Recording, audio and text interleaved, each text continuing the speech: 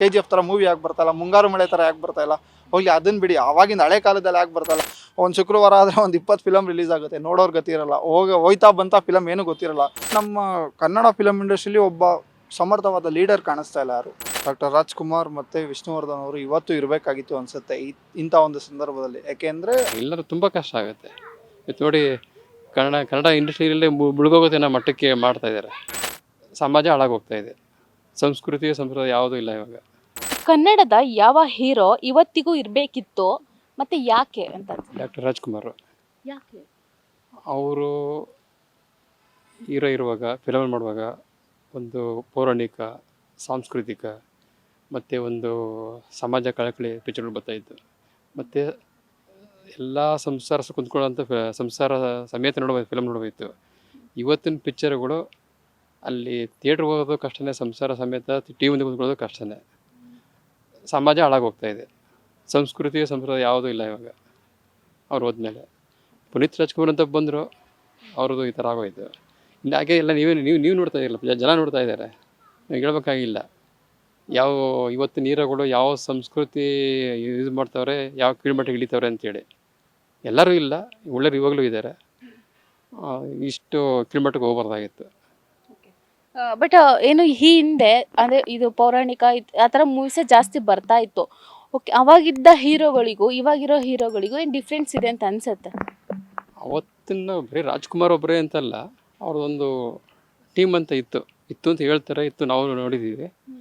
ಅದೇ ಅವತ್ತಿನ ಜನ್ರೇಷನ್ಗೆ ಆ ಥರ ಇತ್ತು. ಹಂತವಾಗಿ ಇವತ್ತಿನ ಜನ್ರೇಷನ್ ನೋಡೋಕ್ಕೆ ಶುರು ಮಾಡಿದ್ರು ಅದನ್ನು. ಹಂತವಾಗಿ ಇವತ್ತಿನ ಇದ್ರಲ್ಲಿ ತೆಗಿತಾರೆ. ಆ ಥರ ಬರ್ತಾಯಿಲ್ಲ ಫಿಲಮ್ಗಳು. ಆ ಥರ ಹೀರೋಗಳು ಬರಬೇಕಲ್ಲ, ಅಂಥ ವ್ಯಕ್ತಿಗಳು ಮಹಾನುಭಾವರು ಬರಬೇಕಲ್ಲ, ಇಲ್ವಲ್ಲ. ಇವಾಗ ಏನಾಗ್ತಿದೆ ಅಂದರೆ ಅವ್ರ ಥರ ಮೂವೀಸ್ ಮಾಡ್ತಾ ಇಲ್ಲ ಅನ್ನೋದು ಎಲ್ಲ ಕಡೆ ಕೇಳಿ ಬರುತ್ತೆ. ಅದಕ್ಕೆ ಮೂವೀಸ್ ಓಡ್ತಾರೆ ಅಂತ ಹೇಳ್ತಾರೆ. ಅಂದರೆ ಇವಾಗಿರೋ ಹೀರೋಗಳು ಯಾವ ಥರ ಚೇಂಜಸ್ನ ಮಾಡ್ಕೋಬೇಕು ಹಿಂದೆ ಬರ್ತಿದ್ದದ್ದು ಮೂವೀಸ್ ಬರೋದಕ್ಕೆ ಅಂತ ಅನ್ಸುತ್ತೆ? ಹೇಳ್ಬೇಕಂದ್ರೆ ಪ್ರಯತ್ನ ಪಡ್ಬೋದು ಅಷ್ಟೇ. ಇವತ್ತಿನ ಹೀರೋಗಳು ಪ್ರಯತ್ನ ಪಡ್ಬೋದು, ಆಗೋದಿಲ್ಲ ಅಂತೇನಿಲ್ಲ, ಪ್ರಯತ್ನ ಪಡ್ಬೋದು.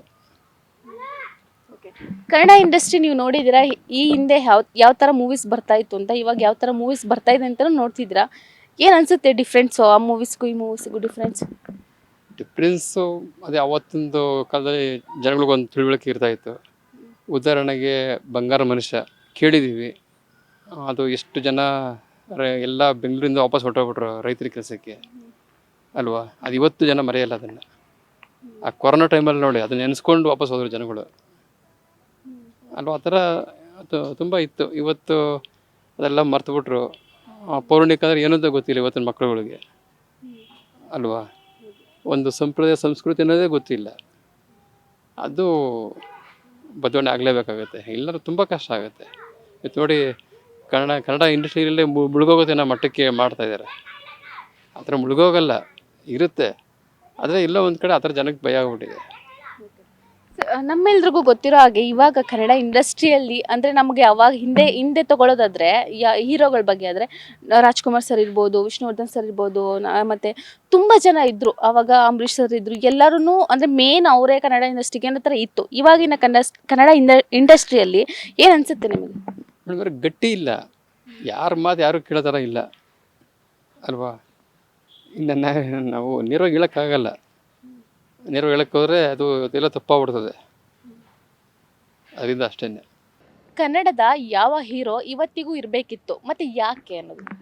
ಡಾಕ್ಟರ್ ರಾಜ್ಕುಮಾರ್ ಮತ್ತು ವಿಷ್ಣುವರ್ಧನ್ ಅವರು ಇವತ್ತು ಇರಬೇಕಾಗಿತ್ತು ಅನಿಸುತ್ತೆ ಇಂಥ ಒಂದು ಸಂದರ್ಭದಲ್ಲಿ. ಯಾಕೆಂದರೆ ಅವರು ಆ್ಯಕ್ಟಿಂಗು ಜೊತೆಗೆ ಸಮಾಜ ಸೇವೆನೂ ಮಾಡ್ತಿದ್ರು. ಅಂದರೆ ಅವ್ರ ಆ್ಯಕ್ಟಿಂಗ್ ಅಂದರೆ ಅವರು ಒಂದು ನಡವಳಿಕೆ ಮಾದರಿಯಾಗಿರ್ತಿತ್ತು ಬೇರೆಯವ್ರಿಗೆ. ಯಾವ ಥರ ಅಂದರೆ ಅವ್ರು ಯೋಗ ಮಾಡೋದ್ರಿಂದ ಇರ್ಬೋದು, ಇನ್ನೊಂದಿರ್ಬೋದು, ಮತ್ತು ಅವ್ರ ನಡವಳಿಕೆ ಬಿಹೇವಿಯರ್. ಇವಾಗಿನ ನಟರು ನೀವು ನೋಡ್ಬೋದು, ಅದು ಇದು ಕಾಂಟ್ರವರ್ಸಿ, ಅವ್ರದ್ದೆಲ್ಲ ಆ ಥರ ಇಲ್ಲ. ಸೊ ಡಾಕ್ಟರ್ ರಾಜ್ಕುಮಾರ್ ಮತ್ತು ವಿಷ್ಣುವರ್ಧನ್ ಸರ್ ಅದೇ ಥರ ಶಂಕರ್ನಾಗ್ ಸರ್ ಕೂಡ ಅವರು ಒಂದು ವಿಷನ್ ಇತ್ತು ಅವ್ರಿಗೆ, ಬೆಂಗಳೂರು ಈ ಥರ ಇರಬೇಕು, ಆ ಥರ ಇರಬೇಕು ಅಂತ. ಸೊ ಇವಾಗಿನ ನಟರಲ್ಲಿ ನಾವು ಇದನ್ನೆಲ್ಲ ನೋಡೋಕ್ಕಾಗಲ್ಲ ಅಂತ ಇವ್ರನ್ನ ಯಾರನ್ನೂ ಬ್ಲೇಮ್ ಮಾಡ್ತಾ ಇಲ್ಲ ನಾವು. ಬಟ್ ಅವ್ರು ಕಂಪೇರ್ ಮಾಡಿದ್ರೆ ಅವ್ರು ಇವಾಗ ಇರಬೇಕಾಗಿತ್ತು ಅಂತ ಅನ್ಸುತ್ತೆ. ನೀವು ಇವಾಗಿರೋ ನಟರು ಅಂದರೆ ಏನು ಹೀರೋಗಳ್ನು ನೋಡಿದ್ರ, ಹಿಂದೆ ಇರೋ ಹೀರೋಗಳ್ನು ನೋಡಿದ್ರ, ಏನು ಡಿಫ್ರೆಂಟ್ ಅಂತ ಅನಿಸುತ್ತೆ ಅವ್ರಿಗೆ ಇವ್ರಿಗೆ ಹೋಲಿಕೆ ಮಾಡಿದ್ರೆ? ಹಾಂ ಮೇಡಮ್, ಇವಾಗ ನೀವು ಒಂದು ಫ್ರೆಂಡ್ಶಿಪ್ ಅಂತ ಬಂದಾಗ ಡಾಕ್ಟರ್ ವಿಷ್ಣುವರ್ಧನ್ ಸರ್ ಮತ್ತು ಅಂಬರೀಷ್ ಸರ್ದು ಒಂದು ಫ್ರೆಂಡ್ಶಿಪ್ ಇತ್ತು. ಯಾವುದೇ ಥರ ಈಗೋ ಇರಲಿಲ್ಲ. ಇವಾಗಿನ ಇದರಲ್ಲಿ ಅವ್ನು ಬೆಳೀತಾ ಇದ್ದಾನೆ, ನಾನು ಬೆಳೀತಾ ಇಲ್ಲ, ಅವನದೇ ಒಂದು ಇದೆ, ಈ ಥರ ಇದೆ. ಇದೊಂದು ಕಂಪ್ಯಾರಿಸನ್ ನೀವು ನೋಡ್ಬೋದು. ಅವಾಗಿನ ಕಾಲದಲ್ಲಿ ಈ ಥರ ಎಲ್ಲ ಇರಲಿಲ್ಲ. ಸೊ ಇದೊಂದು ನಾನು ಅಬ್ಸರ್ವ್ ಮಾಡಿದ್ದೀನಿ. ಕನ್ನಡ ಇಂಡಸ್ಟ್ರಿಯಲ್ಲಿ ನೀವು ನೋಡಿದರೆ ಹಿಂದೆ ಎಲ್ಲ ಒಂದಷ್ಟು ಮೂವೀಸ್ ಬಂತು, ಸೂಪರ್ ಹಿಟ್ ಆಯಿತು. ಸೊ ಇವಾಗ ಮೂವೀಸ್ ಬರ್ತಾ ಇದೆ, ಅದು ಓಡ್ತಿದ್ಯಾ ಓಡ್ತಿಲ್ವಾ ಯಾವುದೂ ಗೊತ್ತೇ ಆಗ್ತಿಲ್ಲ ನಮ್ಗಳಿಗೆ. ಯಾವ ಥರ ಬೆಳೀತಾ ಇದೆ ಚಿತ್ರರಂಗ ಅಂತ ಅನ್ಸುತ್ತೆ? ಚಿತ್ರರಂಗ ಯೂಶ್ವಲಿ ಬಂದು ಇವಾಗ ನಾವು ಬೇರೆ ಫಿಲಮ್ ಜೊತೆ ಕಾಂಪೀಟ್ ಮಾಡ್ತಾ ಇದ್ದೀವಿ. ಸೊ ದಟ್ ನಾನು ಒಪ್ಕೊತೀನಿ, ನಮ್ಮ ಮಾರ್ಕೆಟು ಇನ್ನೂ ಬೆಳೆದಿದೆ, ಹಿಂದಿನಿಗೆ ಹೋಲಿಸಿದ್ರೆ ಬೆಳೆದಿದೆ. ಬಟ್ ನಮ್ಮ ಕನ್ನಡ ಫಿಲಮ್ ಇಂಡಸ್ಟ್ರಿಲಿ ಒಬ್ಬ ಸಮರ್ಥವಾದ ಲೀಡರ್ ಕಾಣಿಸ್ತಾ ಇಲ್ಲ ಯಾರು. ಸೊ ಇದು ಒಂದು ಬ್ಯಾಕ್ ಡ್ರಾಪ್ ಅಂತ ನನಗನ್ಸುತ್ತೆ. ಬಟ್ ಇವಾಗ ನೀವೇ ಹೇಳಿದ್ರಿ ಅಂದರೆ ಸಮರ್ಥವಾದ ವ್ಯಕ್ತಿ ಇಲ್ಲ ಅಂತ ಹೇಳಿದ್ರಲ್ವಾ, ಸೊ ಅದರಿಂದಾಗಿ ಕನ್ನಡ ಇಂಡಸ್ಟ್ರಿ ಬಿದ್ದೋಗುತ್ತಾ ಅನ್ನೋದು? ಆಬ್ವಿಯಸ್ಲಿ ಆಗ್ಬೋದು ಮೇಡಮ್.